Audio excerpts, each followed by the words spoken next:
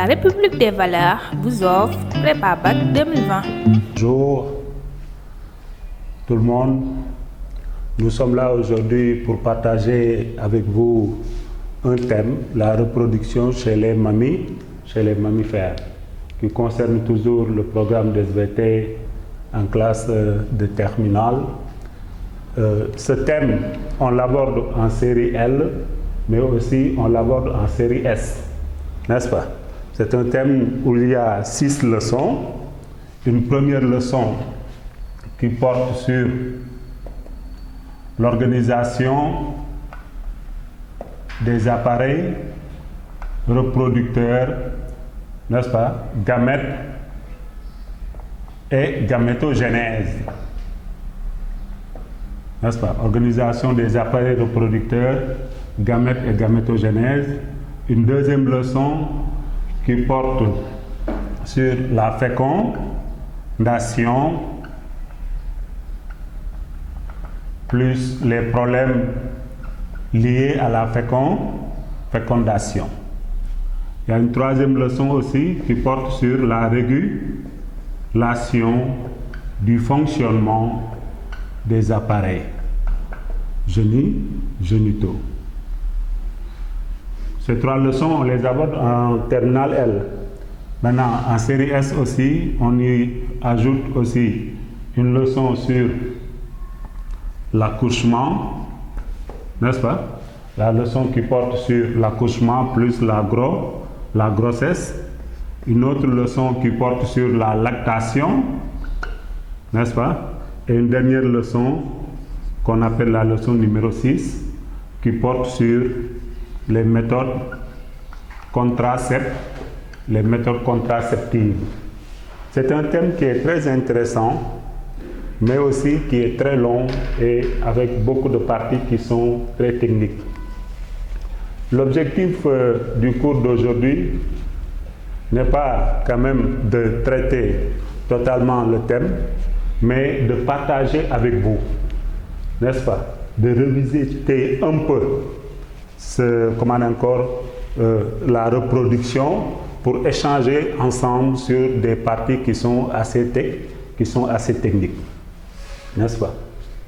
On va essayer d'aborder une partie, parce que je sais qu'avec 2 heures de temps, ça sera très difficile d'aborder la totalité de la reproduction, mais aujourd'hui, on va essayer d'aborder une partie sur la reproduction. Et au prochain cours, si tout va bien, nous allons essayer de finir le thème. Voilà. Maintenant, pour l'organisation des appareils reproducteurs mâles et femelles, on parle ici de reproduction chez les mammifères. Ça veut dire qu'on ne doit pas se limiter sur l'espèce humaine, n'est-ce pas? Voilà. Parce que les mammifères sont des vertébrés dont la peau présente des poils. Donc, à ce niveau, il y a l'espèce humaine, mais aussi il y a d'autres animaux. Généralement, en classe, on prend l'exemple de la souris. On étudie l'organisation de l'appareil reproducteur, n'est-ce pas, de la souris mâle et de la souris femelle. Après, on étudie aussi l'organisation de l'appareil reproducteur de l'homme, puis on effectue une comparaison. Mais dans les 2 cas, on remarque que les appareils reproducteurs sont caractérisés par des gonades.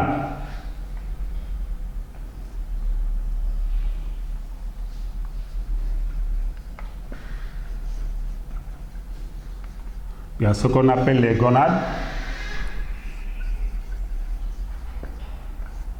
Les gonades mâles, on les appelle les deux testicules. Les gonades femelles, on les appelle les ovaires. Et ces gonades ont pour rôle de produire des gamètes, mais aussi d'assurer une fonction endocrine qui consiste à produire des hormones que nous verrons certainement, n'est-ce pas? Voilà. Donc, on a pour rôle de produire des gamètes mâles, par exemple, en ce qui concerne les testicules, et des gamètes femelles en ce qui concerne les ovaires. Et assure aussi une fonction endocrine en fabriquant des hormones. Après les gonades, vous avez aussi les conduits génitaux, les organes qui ont pour rôle de conduire les gamètes qui sont fabriqués. N'est-ce pas? Vous vous rappelez? Chez l'homme, chez le mâle, les conduits génitaux sont d'abord les deux épididymes. Il y a les deux épididymes. Sur chaque testicule, nous avons un épididyme. Ensuite aussi, les deux canaux déférents qu'on appelle aussi spermiductes. Et aussi l'urètre.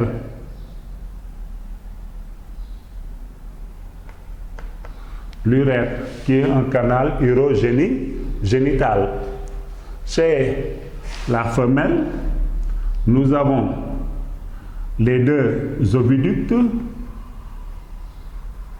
qu'on appelle aussi les trompes de Fallope. Nous avons aussi l'utérus. Et enfin le vagin. Et ces organes ont pour rôle de conduire les gamètes. N'est-ce pas? Ensuite, vous avez un organe copulateur.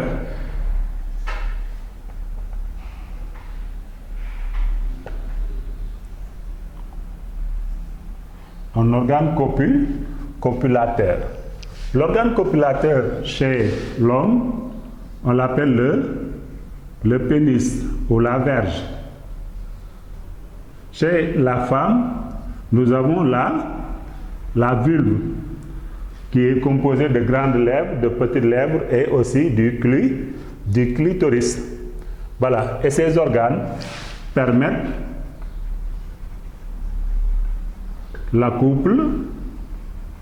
l'accouplement. N'est-ce pas? Et après, la dernière partie porte sur les organes annexes.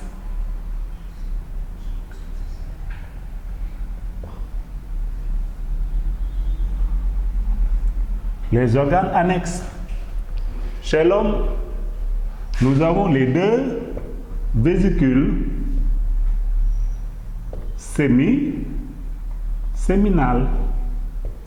Les deux vésicules séminales. Nous avons aussi la prostate. Nous avons aussi les glandes de Cooper. Cooper, on peut l'écrire avec deux O, comme on peut l'écrire avec OW. Voilà. Chez la femme, on peut noter les glandes de Bartholin.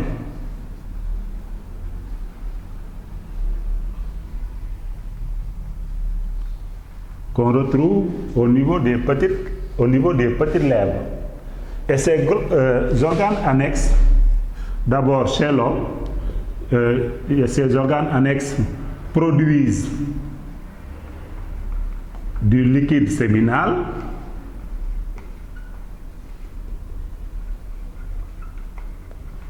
Le liquide séminal, quand on l'associe avec les spermatozoïdes, l'ensemble constitue le sperme. Voilà. Mais aussi, ces organes aussi produisent des liquides qui facilitent l'accouplement, comme les glandes de Bartholin et les glandes de Cooper, qui fabriquent des liquides qui facilitent l'accouplement. Voilà un peu un rappel sur l'organisation des appareils reproducteurs mâles et femelles. Et ces organes qu'on appelle les gonades ont pour rôle de produire les gamètes. Le gamète mâle, on l'appelle le spermatozoïde, et le gamète femelle, on l'appelle l'ovule. Voilà, les structures des gamètes. Si on considère le gamète mâle, c'est une cellule qui présente trois parties. N'est-ce pas?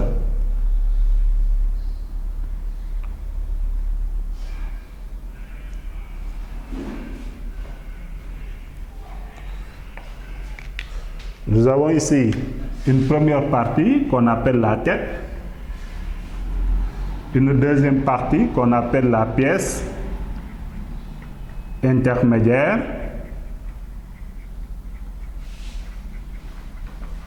et une troisième partie qu'on appelle la queue. N'est-ce pas? Voilà. La tête porte ici devant l'acrosome. L'acrosome joue un rôle très important, n'est-ce pas, au niveau de la reproduction. Vous avez vu en classe que c'est l'acrosome qui assure la digestion de la zone pellucide. Parce que dans l'acrosome, il y a des enzymes qui permettent de digérer, de couper surtout les liaisons peptidiques qui sont au niveau de la zone pellucide. Ici, vous avez le noyau. Là, nous avons le centrosome proximal. Ensuite, le centrosome distal. La pièce intermédiaire qui renferme des mitochondries. Les mitochondries, leur rôle, c'est de produire de l'énergie. Parce que cette cellule que vous voyez doit se déplacer à l'intérieur de l'appareil génital de la femme pour aller retrouver l'ovule. Donc, elle doit être mobile. Il faut donc nécessairement de l'énergie. Et cette dernière partie, on l'appelle le flagelle. Et ce flagelle intervient aussi dans la mobilité en poussant le corps cellulaire vers l'avant. Voilà la structure du gamète mâle qu'on appelle le spermatozoïde. Donc, schéma d'un spermatozoïde. Voilà. De l'autre côté aussi, on peut rappeler la structure du gamète femelle chez la femme. Si vous prenez le gamète femelle chez la femme, c'est une grosse cellule qui présente ici une zone pellucide. Cette zone pellucide est entourée par des cellules folliculaires. C'est une couronne de cellules folliculaires.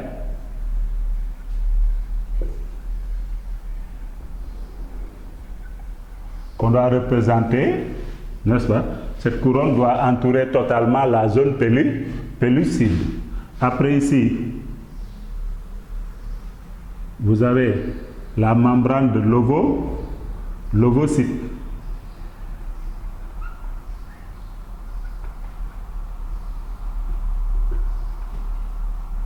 Ça, c'est la membrane de l'ovocyte.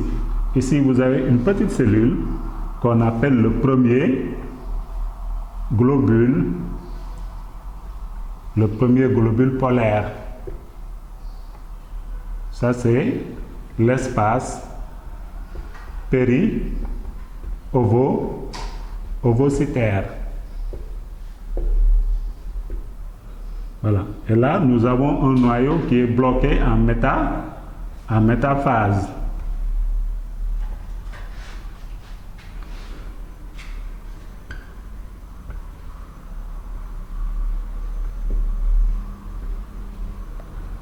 Noyau qui est en métaphase 2. Et sur cette partie, vous avez les granules corticaux.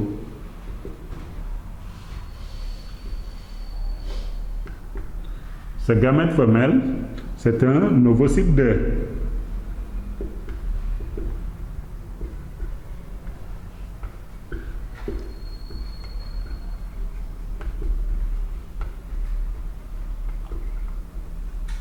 C'est un ovocyte 2 qui est en métaphase 2. Voilà un peu la représentation du gamète mâle et la représentation du gamète femelle. On dit que le gamète femelle chez la femme est un ovule, mais en réalité c'est un ovocyte 2 qui est en métaphase 2 parce que ce gamète n'est pas encore, encore dans cet stade où on peut parler d'ovule. N'est-ce pas? Maintenant, comment s'effectue la formation de ces gamètes? Comment s'effectue la formation de ces gamètes mâles et femelles? C'est ça qu'on appelle la gamétogénèse.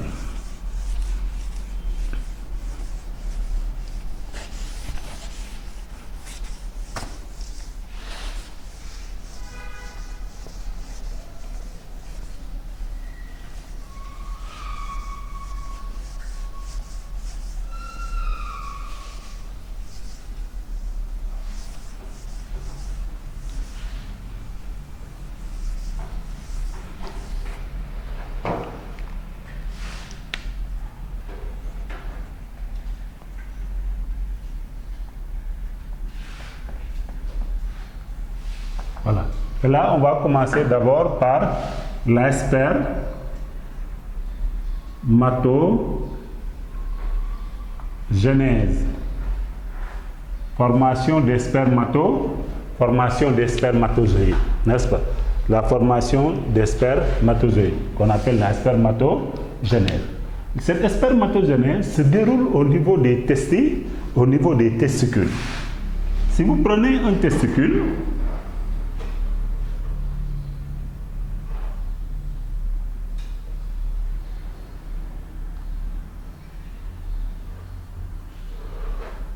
vous avez ici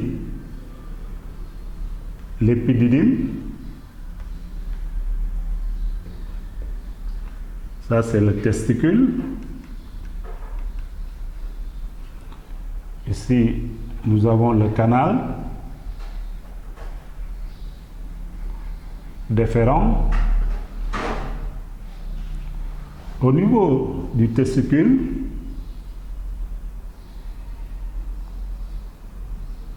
nous avons ce qu'on appelle des lobules.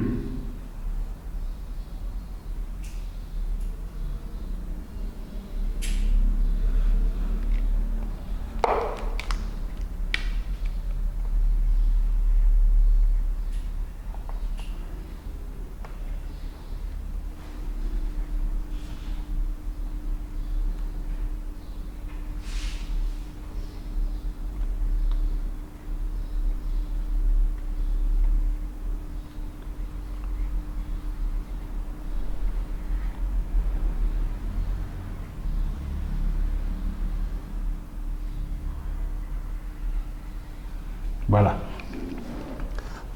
Sur une coupe transversale d'un testicule, on peut distinguer ce qu'on appelle les lobules testiculaires.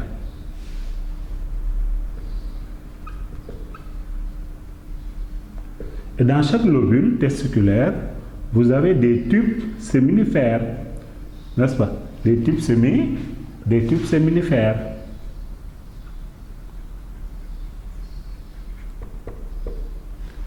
Ces tubes séminifères qui sont contournés. C'est au niveau de ces tubes séminifères que s'effectue la formation des spermatozoïdes. Après, ces tubes vont se regrouper pour former ici un réseau qui va donner le canal de l'épididyme. Voilà. C'est au niveau de ces tubes séminifères que s'effectue la formation des spermatozoïdes. Et là, on doit découvrir l'organisation de ces tubes. Quand on effectue une coupe comme ça, une coupe longitudinale, n'est-ce pas, pour découvrir l'organisation de ces tubes séminifères. Cet élément qu'on a représenté ici sous forme d'un trait, en réalité, ce n'est pas un trait, mais c'est plutôt un tube, comme ça. N'est-ce pas? C'est plutôt un tube. Donc là, j'ai un tube séminifère, un autre, ainsi de suite. Et là encore, un autre tube séminifère. C'est à l'intérieur de ces tubes séminifères que s'effectue la spermatogénèse. Comment? Quand on observe les tubes séminifères d'un individu qui a la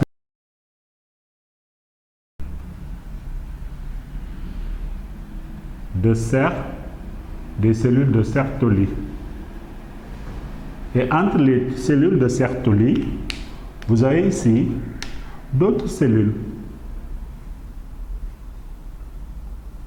D'abord, nous avons des spermatogonies, puis des cellules beaucoup plus grosses, appelées spermatocytes 1, des cellules de taille beaucoup plus petite, spermatocytes 2, ensuite les spermatides, et là vous avez les spermatozoïdes. Voilà ce que l'on découvre à l'intérieur d'un tube séminifère. Donc ici vous avez des spermatogonies. Là nous avons les spermatocytes 1, spermatocyte 2, ensuite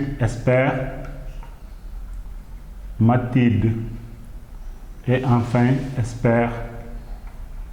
spermatozoïde.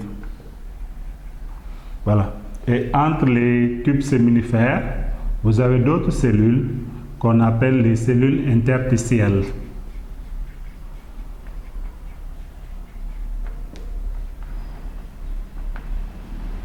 Ou de Leydig. Et à côté, vous avez beaucoup de vaisseaux sanguins, n'est-ce pas? Parce que ces cellules assurent une fonction endocrine qui consiste à produire des hormones. Alors que les cellules qui sont dans les tubes séminifères ont pour rôle ici d'assurer la formation des spermatozoïdes à partir de la puberté. On va aborder de façon beaucoup plus détaillée la spermatogénèse.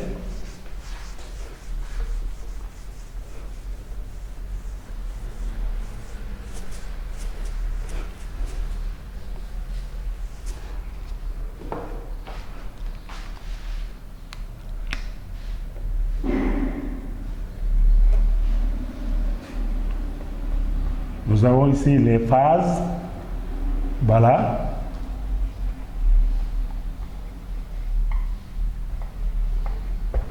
La spermatogénèse comprend 4 phases. Nous avons la phase de multiplication.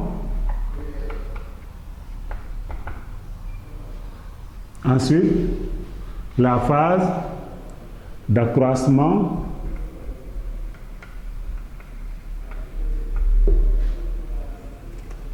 La phase de maturation et enfin la phase de différenciation.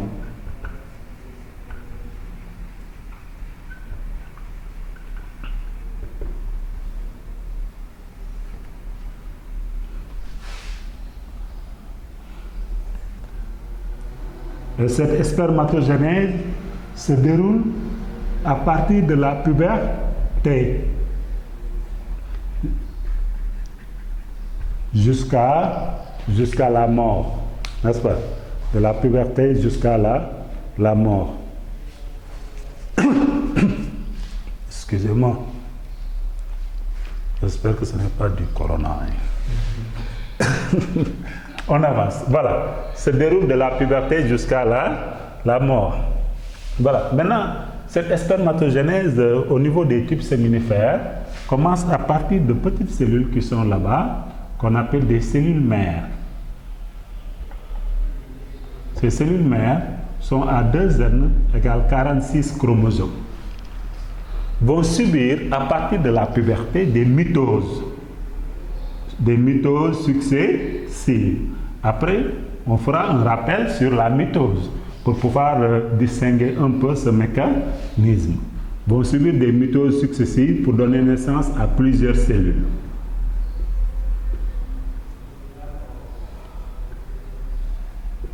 Qu'on appelle des spermatogonies. toujours à 2N égale 46 chromosomes. Vous avez vu en classe de première qu'avec la mitose, à partir d'une cellule à 2N égale 46, on obtient deux autres cellules aussi, avec chacune 2N égale 46 chromosomes.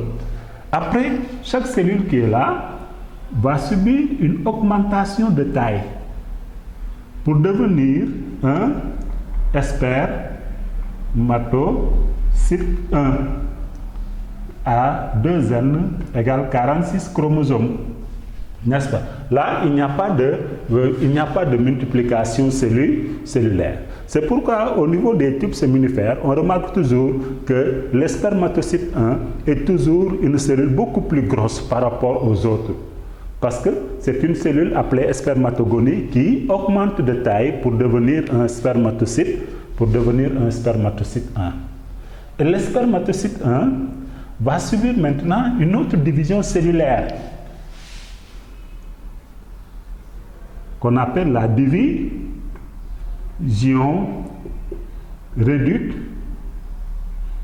réductionnelle, pour donner naissance à deux cellules appelées spermatocytes 2 à N égale 23. Donc là, vous devez comprendre pourquoi on parle de division réductionnelle. Car on passe d'une cellule qui est à 2N égale 46 pour obtenir des cellules à N égale 23. Donc il y a une réduction de moitié du nombre de chromosomes. Tout à l'heure, nous verrons le mécanisme, n'est-ce pas? Après, le spermatocyte 2 va subir une autre division appelée la division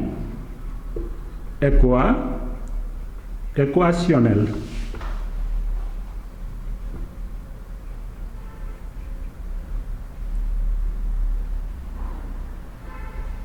Pour donner naissance à des cellules, chaque spermatocyte 2 va donner naissance à deux spermatides à N égale 23. N'est-ce pas? Et là, on doit comprendre aussi pourquoi on parle de division équationnelle. Parce qu'une équation est une égalité. Donc là, on avait une cellule à N égale 23. On obtient encore des cellules qui sont toujours à N égale 23. N'est-ce pas? N égale 23 chromosomes. Et enfin, la dernière étape de la spermatogénèse, c'est ce qu'on appelle la phase de différenciation. Cette cellule qui est là, appelée spermatide, doit subir une différenciation pour pouvoir devenir un spermatozoïde. Il y a un mécanisme aussi qu'on note au cours de cette phase de différenciation qu'on va expliquer tout à l'heure.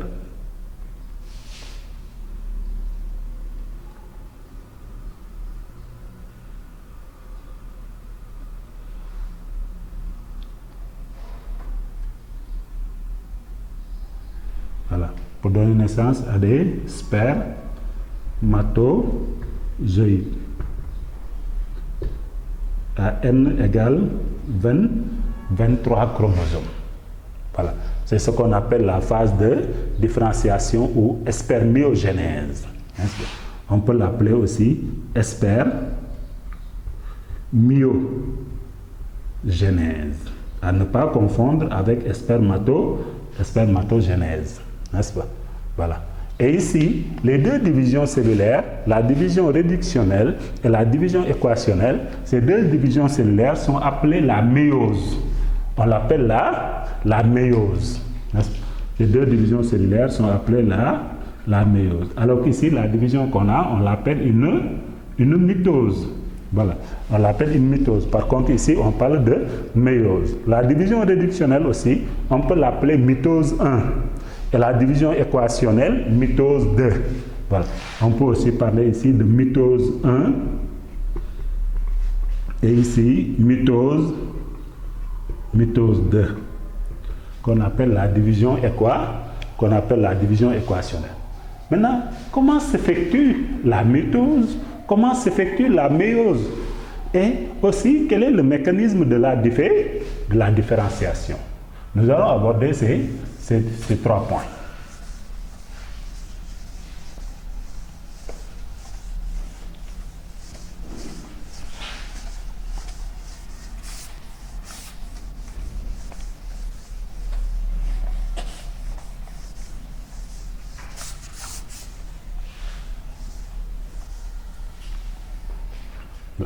Comment s'effectue la mitose?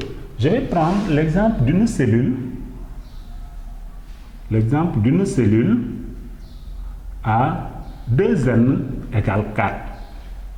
Pour simplifier, parce que si vous voulez prendre une cellule à 2n égale 46, on ne pourra pas représenter les chromosomes. Mais on va prendre l'exemple d'une cellule à 2n égale 4. Quand on dit 2n égale 4, ça veut dire qu'il y a ici 2 paires de chromosomes. On va représenter une paire comme ça. Quand on représente une paire de chromosomes, on doit se baser sur 2 choses. D'abord la taille et la position du centromère.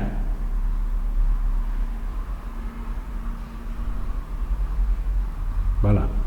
On doit se baser sur 2 choses.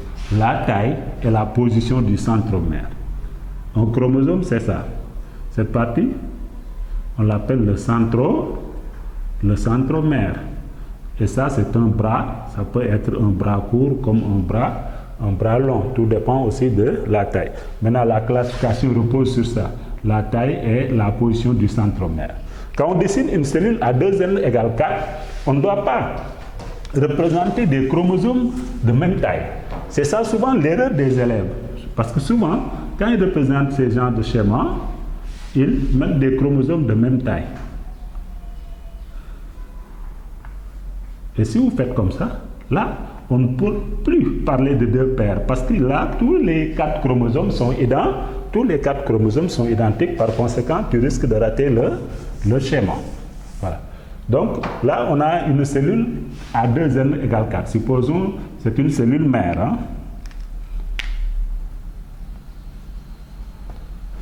Avant la mitose, il y a une première étape qu'on appelle la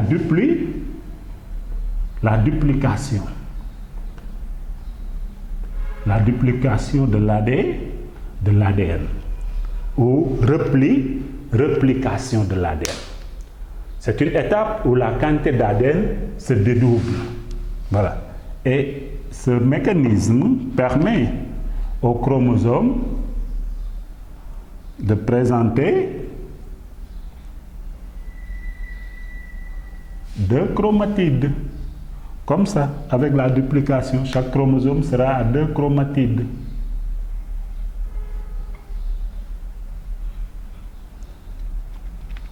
Là encore, le chromosome doit avoir 2 chromatides. Ici encore, il doit être à 2 chromatides. Une chromatide, c'est quoi? Par exemple, ce que je suis en train de représenter en noir. Ça, c'est une chromatide. C'est bon? Cette partie qui est là, on l'appelle une chromatide. De l'autre côté encore, vous avez une autre chromatide. Voilà, donc on obtient d'abord une duplication de l'ADN.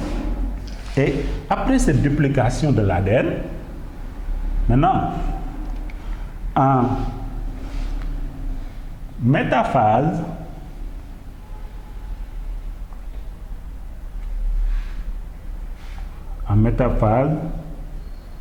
d'une cellule mère, les chromosomes doivent être clivés.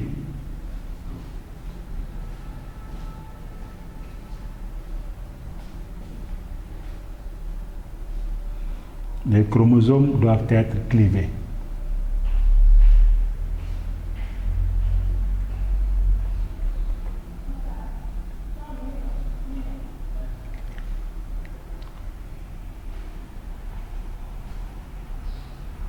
Là encore,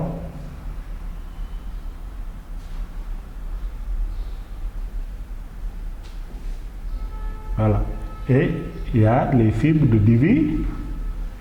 division.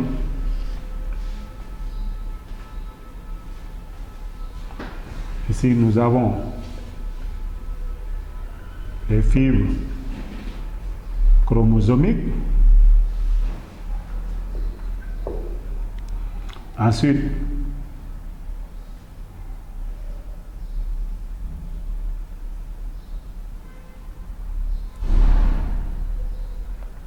les fibres polaires. Et au niveau des pôles, comme c'est une cellule animale, en mitose, vous avez les astères qui se forment avec les fibres astériennes. Astère, fibres astériennes. Après la métaphase, l'étape suivante, c'est l'anaphase. Et dans le cas d'une mitose, qu'est-ce qui se sépare? Qu'est-ce qui se sépare dans une mitose?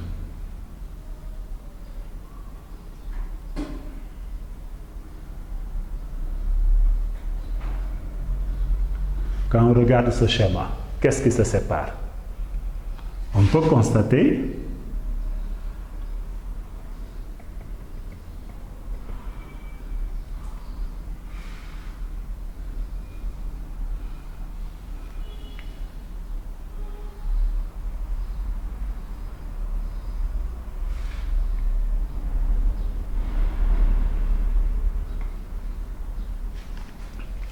constater une séparation des chromatides. On peut constater une séparation des chromatides, toujours avec les fibres.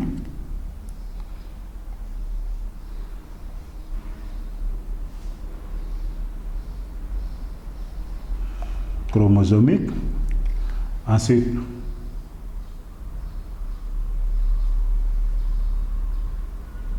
les fibres polaires, astères et fibres astériennes.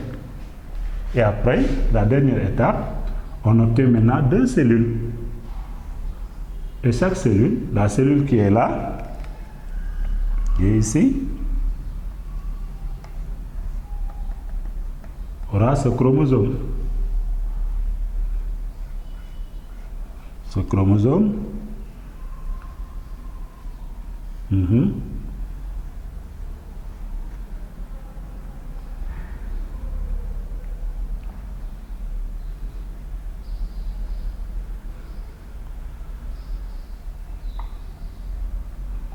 Voilà. Et là, on peut remarquer que chaque cellule est toujours à 2n égale 1, 2, 3, 4. 2n égale 4. Une paire, une autre paire. Voilà. On part d'une cellule à 2n égale 4 pour obtenir deux cellules à 2n égale 4 chromosomes. Et chaque cellule ici est appelée spermatogonie. Est appelée ici spermatogonie. Ici, on avait une cellule mère et là, cette cellule est appelée spermatogonie. Donc ça, c'est le schéma du mécanisme de la mitose. Exemple d'une cellule mère à 2n égale 4 chez l'homme. N'est-ce pas? Voilà. Donc c'est ça la mitose. La mitose n'est rien d'autre qu'une séparation des chromatides de chaque chromosome. Voilà. Et avant la mitose, il y a toujours la duplication de l'ADN pour permettre aux chromosomes de devenir visibles et de présenter deux chromatides. Ce schéma, nous l'avons représenté, mais en réalité, c'est presque un schéma qui n'existe pas trop. Parce que avant la fin de la duplication, les chromosomes ne sont pas visibles. Les chromosomes ne sont pas visibles. Là, on parle de chromatides. Ça veut dire que le schéma A peut aussi correspondre à un schéma d'un karyotype d'un spermatocyte 1 qui est à 2N égale 46 chromosomes. Voilà. Parce que là-bas, si on bloque la division cellulaire, il n'y aura pas une séparation des chromosomes homologues. On aura donc un karyotype comme ça. Donc on peut l'obtenir à partir d'une cellule mère, comme aussi on peut l'obtenir à partir d'un spermatocyte 1. Voilà. On continue. Le karyotype B.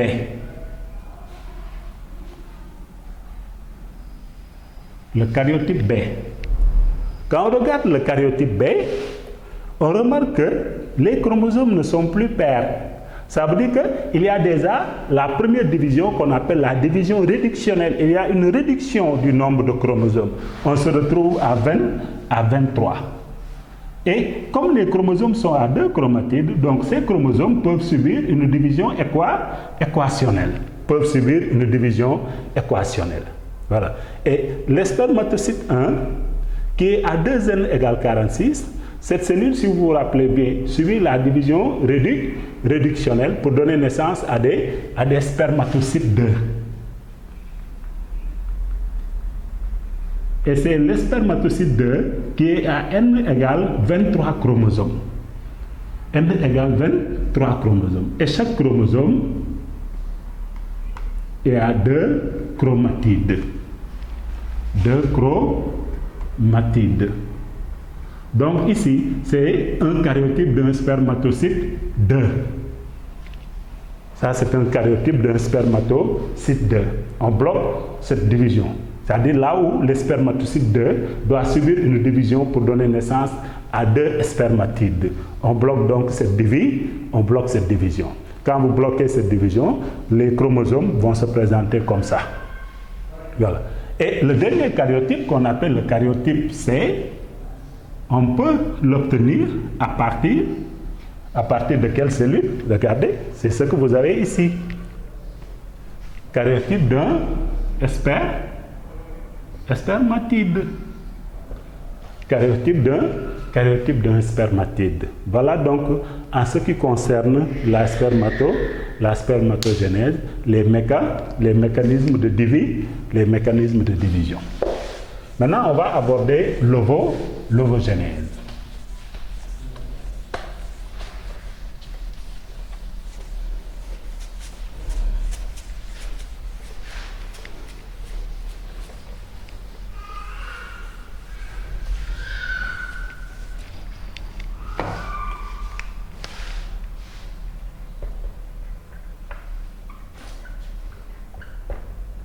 C'est la formation de l'ovule. L'ovogénèse se déroule dans les ovaires, au niveau de la zone corticale de l'ovaire. Dans l'ovaire, vous avez une partie périphérique ici qu'on appelle la zone corticale, une partie centrale qu'on appelle la zone médulaire. C'est au niveau de la zone corticale des ovaires que s'effectue la formation des ovules, qu'on appelle l'ovogénèse. Et l'ovogénèse est très complexe comparée avec la spermatogénèse. Parce que la spermatogénèse, vous avez vu que la spermatogénèse, c'est de la puberté jusqu'à la mort. Mais l'ovogénèse ne commence pas à partir de la puberté. Mais l'ovogénèse commence avant la naissance de la fille, n'est-ce pas? L'ovogénèse commence avant la naissance de la fille. Voilà. On met le tableau avec ici les phases.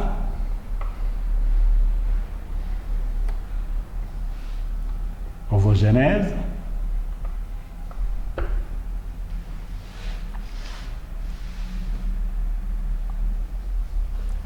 Comme phase, nous avons la phase de multiplication.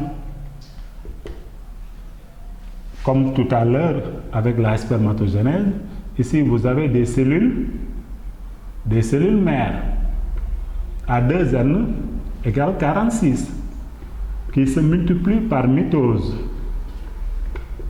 pour donner naissance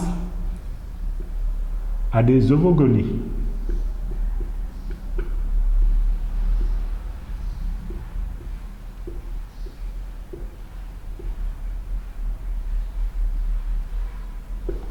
Qui sont toujours à 2n égale 46. Ça, c'est la phase de multiplication. Après, vous avez la phase d'accroissement.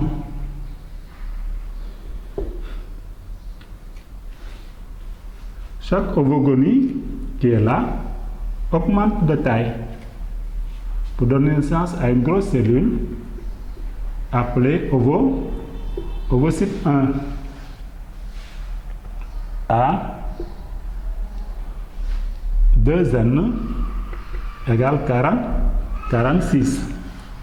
Après la phase d'accroissement, vous avez la dernière phase qu'on appelle la phase de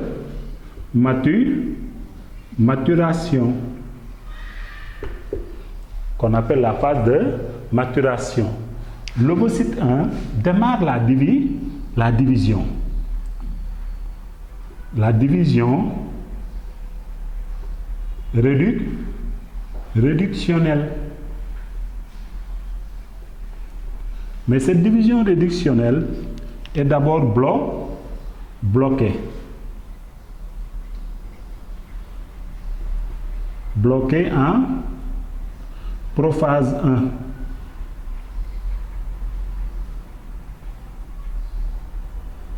Bloquée en prophase 1. Voilà. Et le mécanisme qu'on a ici, c'est un mécanisme qui commence pendant la vie embryonnaire.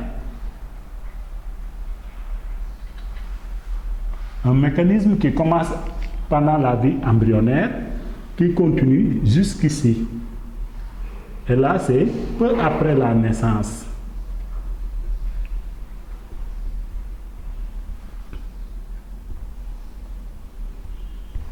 Peu après la naissance.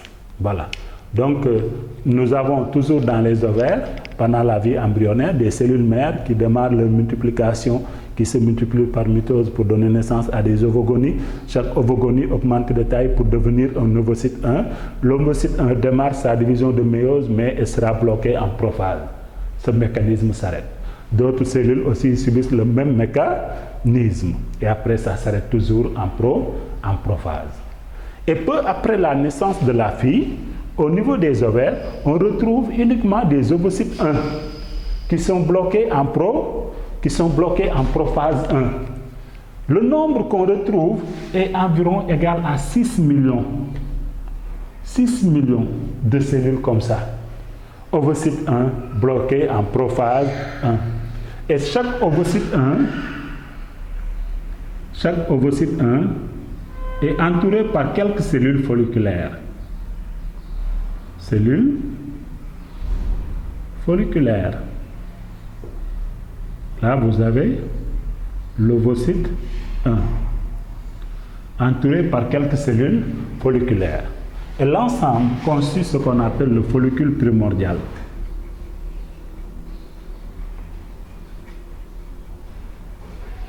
L'ensemble constitue le follicule primordial.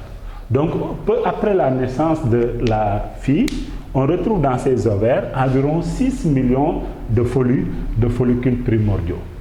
Et ce nombre qui est très important diminue parce qu'il n'y a pas des hormones nécessaires. Il n'y a pas les hormones nécessaires au niveau des ovaires pour permettre le développement du follicule primordial. C'est pourquoi ce nombre diminue. On avait un nombre de 6 millions, mais à partir de la puberté, ça c'est peu après la naissance. Peu après la naissance. Mais à partir de la puberté, on remarque qu'il reste environ 400 à 500 follicules primordiaux dans les ovaires. 400 à 500 follicules primordiaux dans les ovaires. C'est ce nombre qui reste dans les ovaires. Et chaque mois, un follicule va partir en maturation. Chaque mois, un follicule va partir en maturation. Ça, c'est un cycle, n'est-ce pas? Pour chaque mois, un follicule va partir en maturation. Ainsi de suite. Et si l'individu épuise ce nombre de follicules primordiaux, ça sera maintenant la ménopause. Elle ne pourra plus produire des ovules, n'est-ce pas? Ça sera la ménopause. Et si on effectue les calculs nécessaires, supposons si vous prenez 400 divisé par 12, vous aurez un nombre, bon, je ne vais pas faire la division, n'est-ce pas? Mais je sais que le nombre va tourner autour de 30. Autour de 30, n'est-ce pas? Maintenant, quand on y ajoute, si vous prenez la puberté qui démarre, supposons, à partir de 12 ans, 30 plus 12, ça sera 40 et quelques années. Là, on se rapproche de la ménopause, parce que quand ce nombre est épuisé, c'est fini. Voilà. Et à partir de la puberté, le mécanisme continue. La cellule, ici, va continuer sa division réductionnelle. Pour donner naissance cette fois-ci à une grosse cellule et une petite cellule. Cette petite cellule, on l'appelle un globule polaire. Une petite cellule qu'on appelle le premier globule polaire. Le premier globule polaire. Et cette grosse cellule est appelée ovocyte et appelée ovocyte 2. Voilà. Et pourquoi chez la fille, on a deux cellules de taille inégale au niveau de la méiose? Et chez l'homme, on peut remarquer qu'on a toujours deux cellules de taille identique. Nous verrons ça tout à l'heure. Après, l'ovocyte 2 va continuer encore sa deuxième division. C'est la division équationnelle. C'est la division équationnelle. Mais cette division encore est bloquée. N'est-ce pas? Cette division est bloquée en métaphase 2. N'est-ce pas? Et au moment de l'ovulation, le gamète femelle qui est libéré est un ovocyte 2 qui est bloqué en métaphase 2. C'est un ovocyte 2 en métaphase 2. C'est pourquoi tout à l'heure, si vous vous rappelez bien, lorsqu'on représentait le gamète femelle, on avait mis un ovocyte 2 en métaphase 2. Parce que ce mécanisme est bloqué. Il faut nécessairement qu'il y ait la fécondation pour débloquer le mécanisme. Et si ce gamète est fécondé, il y aura l'achèvement de cette division avec la libération du deuxième GP qu'on appelle ici globule polaire. Voilà. Et une autre cellule ici qu'on appelle ovotide. Voilà. Et l'ovotide est presque un ovule. Voilà. L'ovotide est presque un ovule.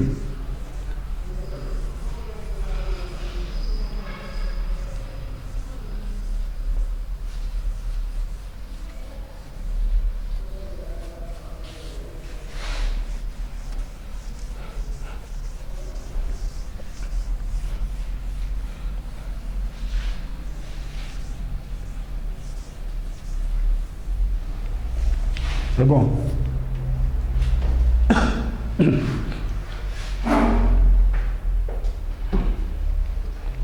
C'est bon. Voilà. Bon, ça, c'est pas du corona, hein, c'est la fatigue. N'est-ce pas? On avance. Voilà. Donc, maintenant, pourquoi avec la méiose ici, on a une grosse cellule et une petite cellule? Si on représente un ovocyte 1, supposons à 2n égale 4 chromosomes. À 2n égale 4 chromosomes. Voilà ce que l'on obtient. Je vais mettre des chromosomes avec duplication de l'ADN.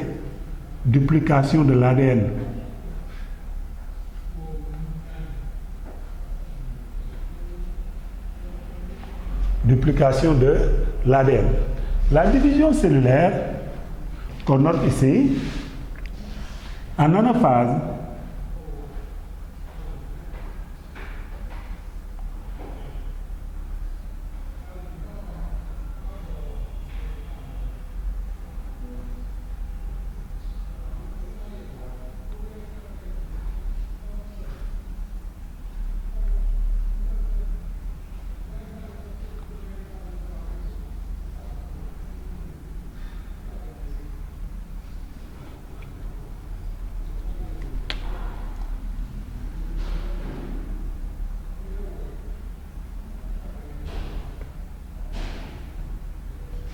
Voilà. En anaphase, on peut remarquer que le mécanisme de division ne s'effectue pas au centre, mais c'est excentré. C'est un mécanisme qui est excentré, ce qui nous permet en télophase d'obtenir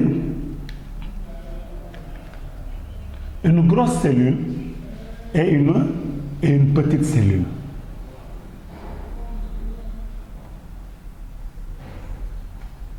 Qu'on appelle ici le premier globule polaire. Et cette grosse cellule sera appelée ovocyte. Ici, ovocyte 2. Cette fois-ci, à n égale 2.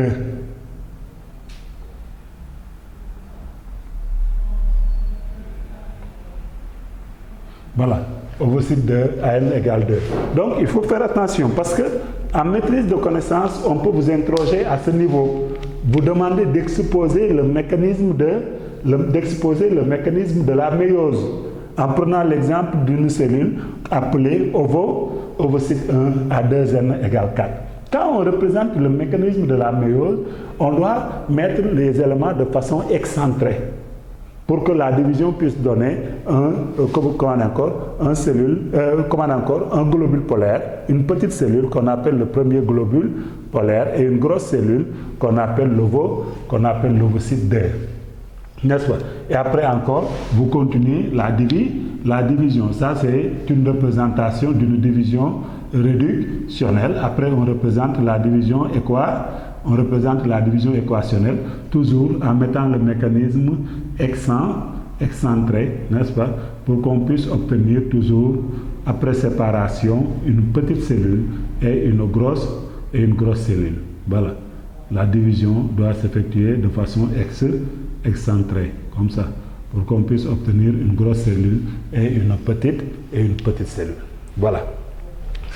Maintenant, on va comparer la spermatogénèse et l'ovogénèse.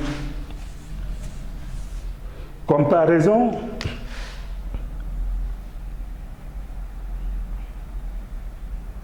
spermatogénèse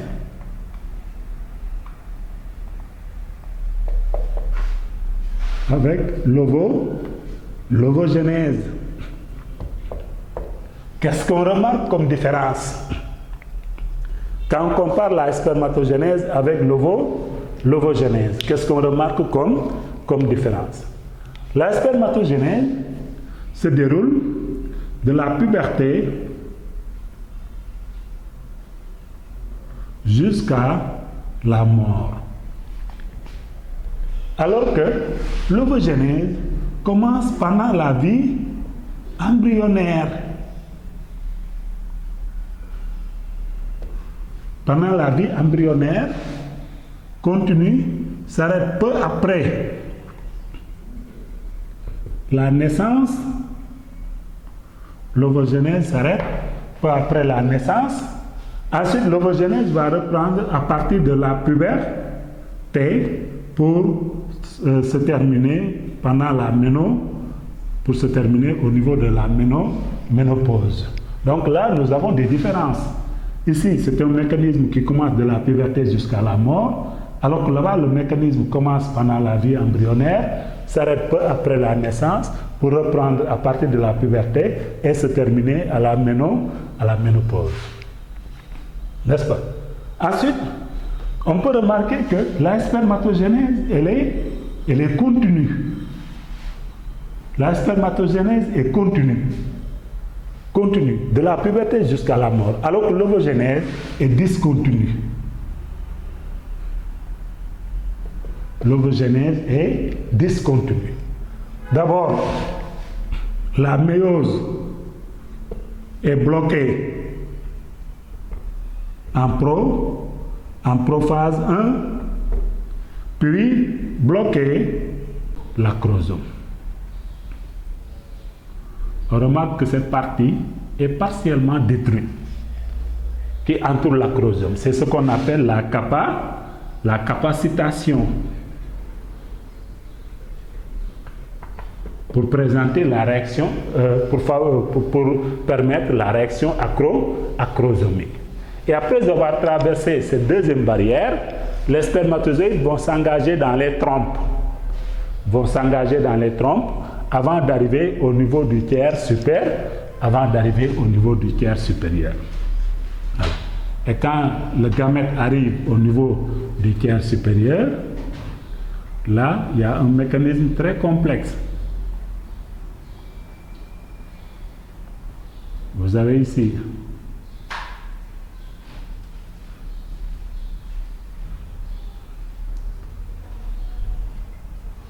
l'ovocyte 2, son cytoplasme avec les granules corticaux. Ça, c'est la zone pellucide. Prépa Bac 2020 vous est offert par la République des valeurs.